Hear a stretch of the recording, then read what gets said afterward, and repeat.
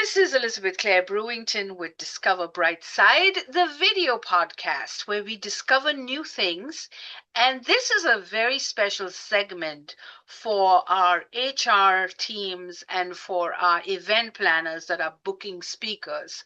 And if you are interested in training your organization's leadership team, and you want something more cutting edge and more innovative, then you want to watch this video from the beginning to the end and take notes. So I have someone that I've been talking to in the studio for some time now, who I'm very proud to introduce you to Dr. Stephen. So, Dr. Stephen, please share your story and your journey with us. Well, I've been designing LARPs, live action role playing games, for almost 40 years now. Actually, I guess a little over 40 years. It started as a hobby just for fun, and then I discovered their value in training leadership teams and business teams to be, several times 100% more effective than they had been before.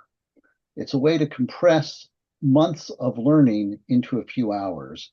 And unlike most team building exercises, it works. And this actually led me from a career in computer science to getting my doctorate in psychology, studying the effects of LARP and leadership development. That is amazing. So I had never heard of LARPS until I met you. So can you tell us a little bit about it? So a LARP, there's many versions around, and if you'll see them sometimes on television. The most common image of LARP is people running around in the woods with foam swords. But you can also have LARP as a very intense political negotiation game taking place in an office or a hotel, and it doesn't involve foam swords or weird costumes or anything else. It's just entering into a little bit of make believe where you get to play your real life problems, but you change the scenery, and that makes it fun and makes it easy to learn. And then if you translate it, it says live action role play. Yes. So, LARP, yes, go ahead. LARP stands for live action role playing or live action role playing games. And the basic concept of this is that you do everything by talking to other people. It's all about person to person interaction, something that a lot of people are not as good at today as they were when we were growing up, because there's so many other options. So you Yeah. get people together and you have them participate in this game for a couple of hours. I mean, I've done games that are longer, I've done games that have run a couple days. But the basic thing is that you come, you play, you interact with people, and you create a shared story. And that shared story means you get to know somebody better than you did before. And you know them even when you go back off to your office. You create cross-cutting organizational links so that people aren't afraid to go talk to each other.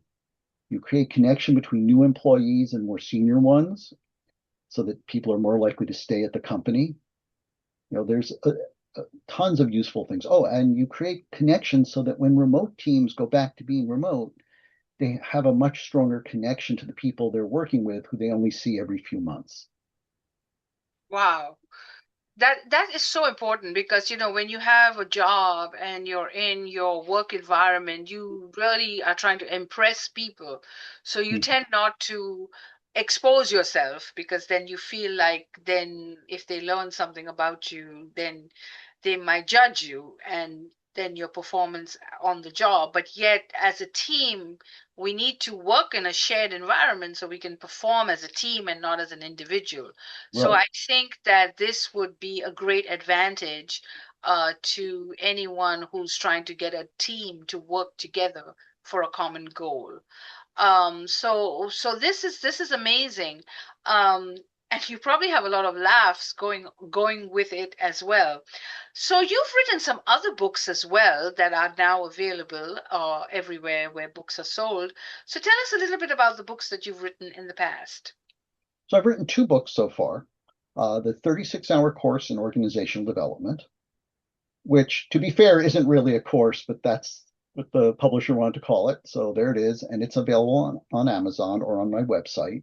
uh, 7stepsahead.com. And I've written Organizational Psychology for Managers, also available on Amazon and on my website. And both of these books go into looking at organizations as a collection of moving, interacting pieces. As one former client of mine said many years ago, I can find any chapter of your book, I can find someone who's written volumes on that, but you're the first person who told me how to put it all together. Yeah. And And I went on your website, and there was a lot of great information, including your blog, about success and 7 steps to seven, success. 7 steps ahead. Ahead, 7 steps ahead. Yeah. And I thought that just the whole concept is so simple to grasp because it's just 7 steps, and you've really put it so beautifully and explained it so well. So it's kind of like a roadmap for people who want to get ahead and be great leaders. So coming to that question, what makes a great leader? It has to be someone who can lead a team. So what makes a great leader, and how does this training help people to get to greatness? So I'm going to answer this with the second part first. The way that participating in LARP helps people become great leaders is it gives them a chance to practice leadership, gives them a chance to make mistakes. Because ultimately, leadership is about connecting with a set of people on a task and getting people to buy in and follow you on that task. In fact, I would say that a leader is someone who has followers, and someone who without followers isn't a leader, Correct. right? Kind of by definition, right? So a lot of playing in a LARP does for you is it gives you a chance to get out there and experiment. It gives you a chance to figure out how do you take control of a room. Maybe you do have a title, maybe you don't. And because you're playing a character, because you're playing, the king of Balmoria or the Archduke or an evil wizard or the wicked witch or whatever it might be, you're essentially wearing a mask. You never screw up, your character screws up, but you get to feel that you were successful. And because of that, it gives people space to make mistakes. It gives people space to get it wrong. And Right. that's okay. And to your point earlier about people worrying about feeling judged, well, it's fine if your character is judged because when the game is over, you put your character down. Right. Yeah, that sounds like such a great plan. And then they know their team players, and then when they go back to work, they're able to have more functional meetings where people are progressing and uh, working together. So, what's your website? How can people reach you? And if someone wants to book you as a speaker, what can they expect? So my website is www.7stepsahead.com, and it's number seven. It'll work if you spell out the word seven, though. Uh, Okay. so that's the easy way to find me. Steve at 7stepsahead.com if someone wants to email me.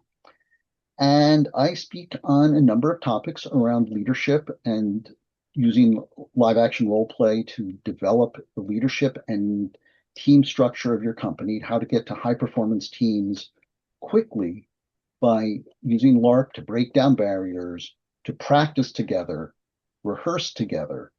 I mean, and if you think about it, every sports team on the planet, what do? They practice, they practice, they practice. How many office teams in the office practice? They don't, because the skills that we try to practice are out of date. A lot of the what we need to do in the office today is practice the social skills, the interaction skills, the skills that are actually make us very uncomfortable, meeting new people, asking difficult questions, and being wrong. We need to That's right. practice being wrong, and that's what a LARP does. Yeah, and that's exactly what we need in this day and age when everything is so confusing and changing in front of our eyes. So make sure that you connect, get the books, like we say, write reviews, and book Stephen to speak at your next event, or if you're training your team at your organization, he is a professional trainer with 40 years of doing this. And so we highly recommend him, and make sure you look for our reviews as well. So thank you for this interview. And Dr. Stephen will be doing a 2 hour workshop with our Brightside audience next week. And we'll try to share that video with you on demand so that you can get a feel of what, when you're booking him, by watching the video, you can see some of his speaking examples, and that we hope that that will help you make a decision to book him. So thank you, Dr. Stephen, and we're so honored to have you next week as well, and to be have you on demand on Discover Brightside. Well, it's been a pleasure, and I just do want to mention that I have another book coming out this year. It should be out sometime this fall. Uh, it's called The LARP Effect: Building Connection and Competitive Advantage Through Story, Ritual, and Role Play, and it will be published by Springer Scientific. Oh, I can't wait. And I am actually reading one of the advanced copies, and it is really a fabulous book. I've read your previous two books, but this one I think takes it to the next level. So Thank you. I'm excited to launch it on our channel as well. So thank you so much. You're welcome.